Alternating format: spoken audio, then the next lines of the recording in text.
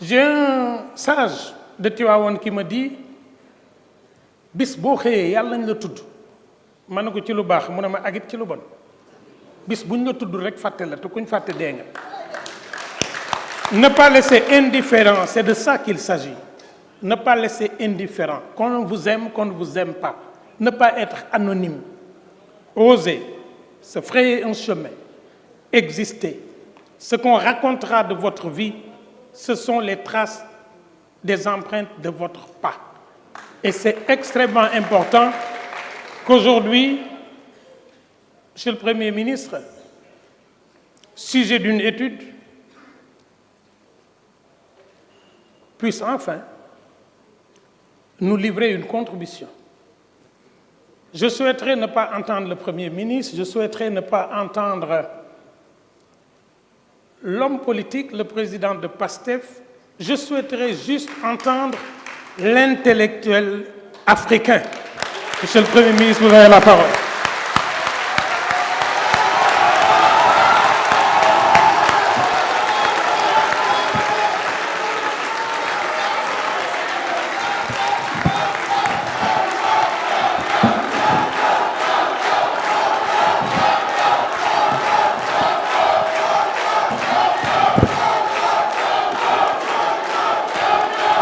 Merci beaucoup.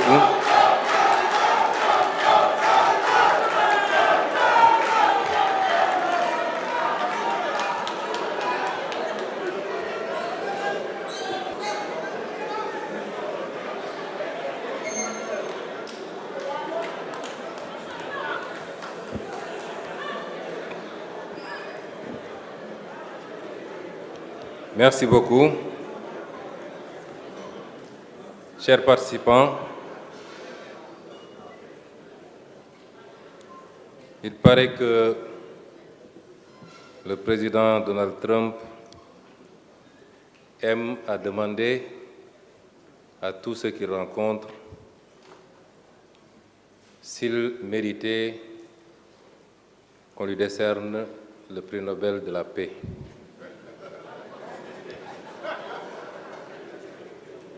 Je pense qu'il n'y a pas à répondre à ces questions. La seule qui veuille d'être posée en termes de réponse, c'est de se demander est-ce que depuis 1 an qu'il est au pouvoir, à la tête de la superpuissance que sont les États-Unis, est-ce que le monde est plus sûr? Est-ce que le monde est plus stable? Est-ce que le monde est en paix? Et si la réponse est négative, quelle est sa responsabilité exclusive par rapport à cette déstabilisation du monde qui apparemment est devenu dangereux pour tout le monde, y compris pour lui-même? Imposer la démocratie, M. Boniface l'a rappelé, les logiques internes et nationales ne s'imposent pas de l'extérieur.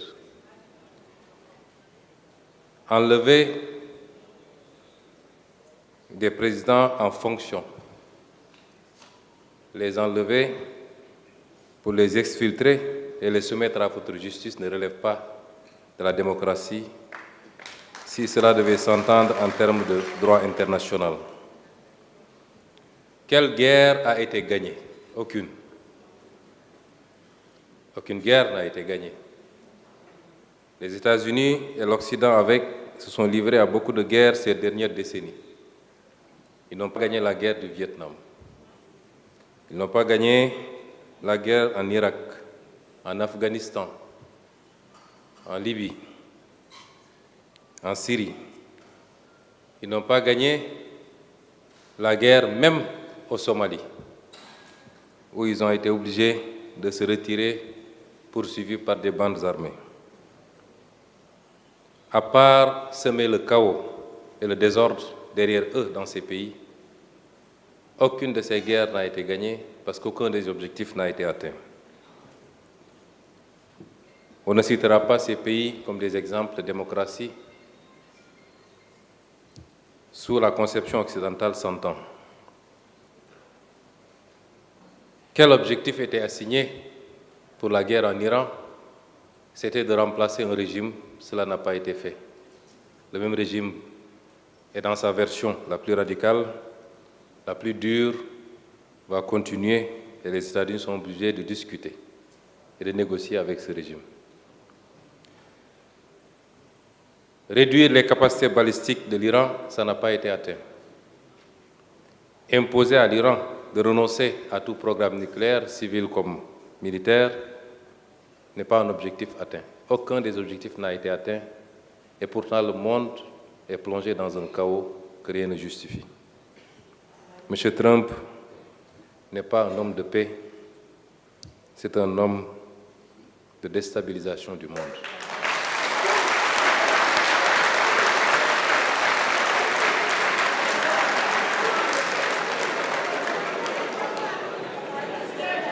Et à côté de tout ça,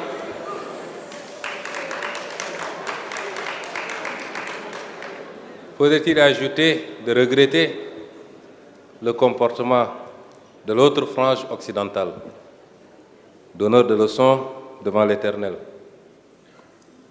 Dès le début des hostilités, tous les régimes occidentaux ont fait des déclarations pour déplorer la violation du droit international et de l'ordre international.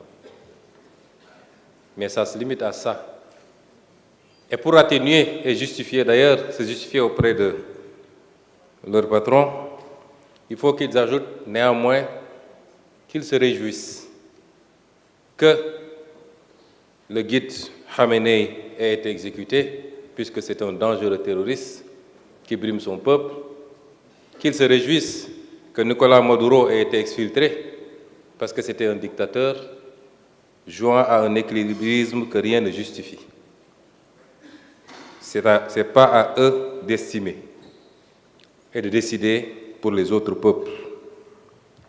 Qu'il leur suffise de le faire pour eux-mêmes, ce qui semble être de plus en plus complexe. Déplorer la violation du droit international, mais de l'autre côté, mettre à disposition ces bases militaires ne relève pas d'une cohérence politique. Alors, quels enseignements devrons-nous tirer de tout ça? Les répercussions de cette crise, nous devons encore attendre. Elles sont déjà extrêmement impactantes dans le mauvais sens. Peut-être au-delà des questions liées aux hydrocarbures, aux énergies, devrons nous attendre, surtout pour les pays les moins préparés que le nôtre, à des répercussions sur les produits alimentaires et sur beaucoup d'autres aspects. Mais tout ceci découle de ce qu'il est convenu d'appeler le piège de Thucydide, que certainement le professeur Boniface connaît mieux que nous. Make America Great Again signifie simplement la prise d'une conscience que la seule superpuissance qu'on était en train de perdre du terrain, pour ne pas dire sa première place face à la montée en puissance d'autres blocs, et particulièrement la Chine. La solution n'est pas celle qui est hésitée aujourd'hui par l'Amérique et par le président Trump. Essayer de réaffirmer sa toute-puissance sur sa zone de rayonnement, notamment l'Europe occidentale, une partie de l'Amérique du Sud et le Golfe, essayer de couper les pistes d'approvisionnement pour asphyxier un concurrent au risque de déstabiliser le monde entier n'est pas la solution. Et les États-Unis eux-mêmes n'échapperont pas aux conséquences extrêmement négatives. Quelles sont ces conséquences? Va-t-on assister à un réarmement de beaucoup de pays asiatiques qui, avec ce qui s'est passé, prennent conscience des limites de la protection américaine? Le Japon, qui abrite la plus grande base militaire américaine dans le monde, la Corée du Sud, puisque les pays du Golfe n'ont pas été suffisamment protégés par les États-Unis, en tout cas, qui n'a pas pu faire face aux frappes iraniennes.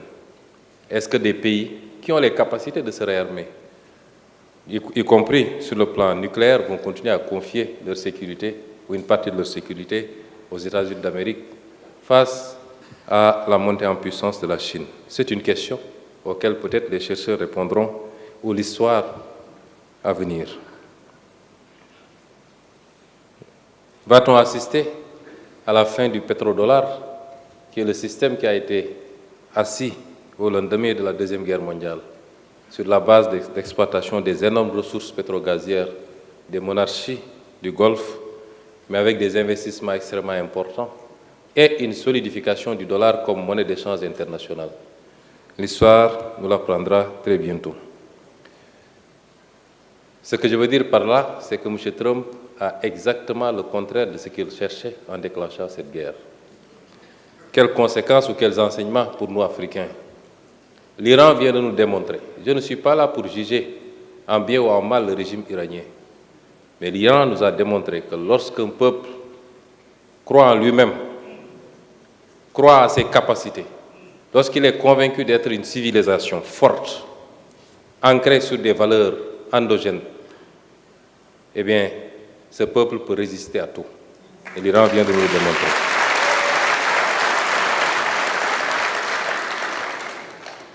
Quel enseignement également pour l'Afrique? J'y reviendrai. Monsieur le Président de l'Assemblée nationale, Monsieur le ministre de la Culture,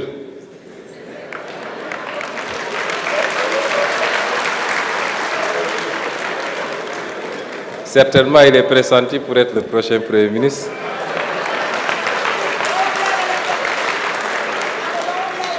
Mesdames et Messieurs les membres du gouvernement, honorables députés, Excellences, Mesdames, Messieurs les ambassadeurs, Monsieur le maire de Dakar, Messieurs les membres du comité scientifique, Monsieur le conférencier Pascal Boniface et vos équipes, Mesdames et Messieurs,